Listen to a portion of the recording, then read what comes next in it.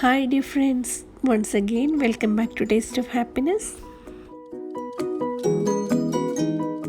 ഇന്ന് ഞാൻ നിങ്ങളായിട്ട് ഷെയർ ചെയ്യുന്നത് നല്ല അടിപൊളി കാച്ചി വെളിച്ചെണ്ണ എങ്ങനെ തയ്യാറാക്കാമെന്നാണ്.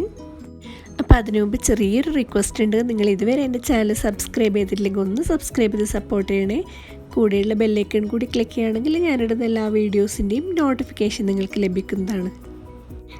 അപ്പോൾ വീഡിയോയിലേക്ക് പോകാം.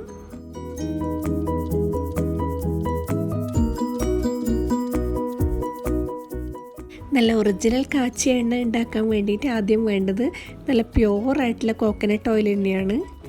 ഇത് ഞാൻ നാട്ടിൽ നിന്ന് വരുമ്പോൾ കൊണ്ടുവന്നതാണ്.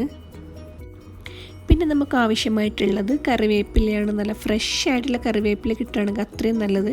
ഒരുപാട് മുടിയുടെ ഗ്രോത്തിന് ഹെൽപ്പ് ചെയ്യുന്ന ഒന്നാണ്.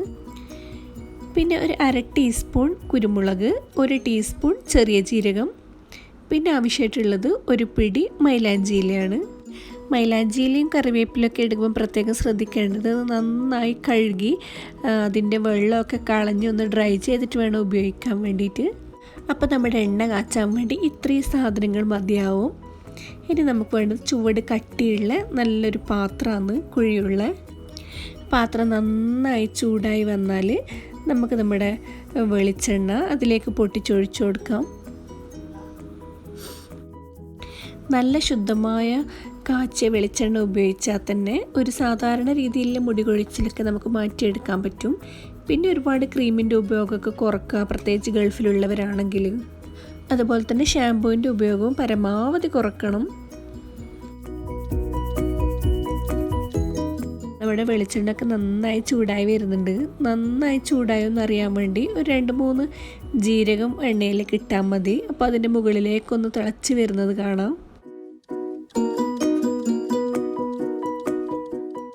ഇനി നമുക്ക് എടുത്തു വെച്ച ഓരോ സാധനങ്ങളായി അതിലിട്ട് കൊടുക്കാം. ജീരകം, കുരുമുളക്, കറിവേപ്പില, അങ്ങനെ ഓരോന്നായി ഇട്ട് കൊടുക്കാം. ഞാൻ ഈ ചേർക്കുന്ന ഇൻഗ്രീഡിയൻസിൽ മുടി ഒരുപാട് വളരാനും മുടി കൊഴിച്ചിൽ തടയാനും ഹെൽപ്ഫുൾ ആയിട്ടുള്ളത് കറിവേപ്പില തന്നെയാണ് മെയിനായിട്ട്. അപ്പോൾ കറിവേപ്പില നാട്ടിലൊക്കെ ആണെങ്കിൽ നമുക്ക് ഫ്രഷ് ആയിട്ടുള്ളത് വീട്ടിൽ വളപ്പിൽ തന്നെ കിട്ടും. അങ്ങനെ കിട്ടുകയാണെങ്കിൽ ഏറ്റവും ബെസ്റ്റ് ആയിട്ടുള്ളത് തന്നെയാണ്.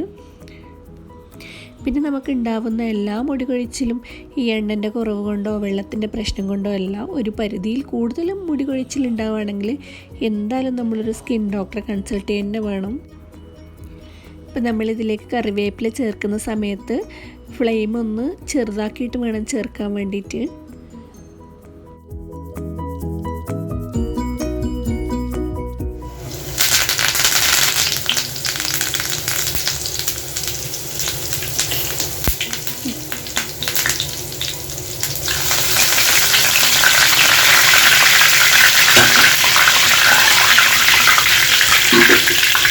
പൊട്ടലൊക്കെ കേൾക്കുന്നുണ്ട്. ഈ പൊട്ടലൊക്കെ ഒന്ന് നിന്നാൽ അപ്പം തന്നെ നമുക്ക് ഫ്ലെയിം ഓഫ് ചെയ്യാം.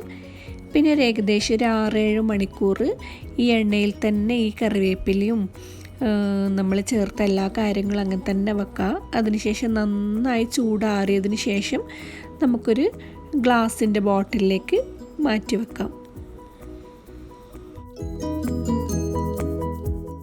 അപ്പം നമ്മുടെ കാച്ചിയ വെളിച്ചെണ്ണ റെഡി ആയിട്ടുണ്ട്. ഇവിടെ തലക്കും മുടിക്കും ഒരു ദോഷവും ഇല്ലാണ്ട് ഒരുപാട് ഗുണങ്ങളുള്ളൊരു വെളിച്ചെണ്ണയാണിത്.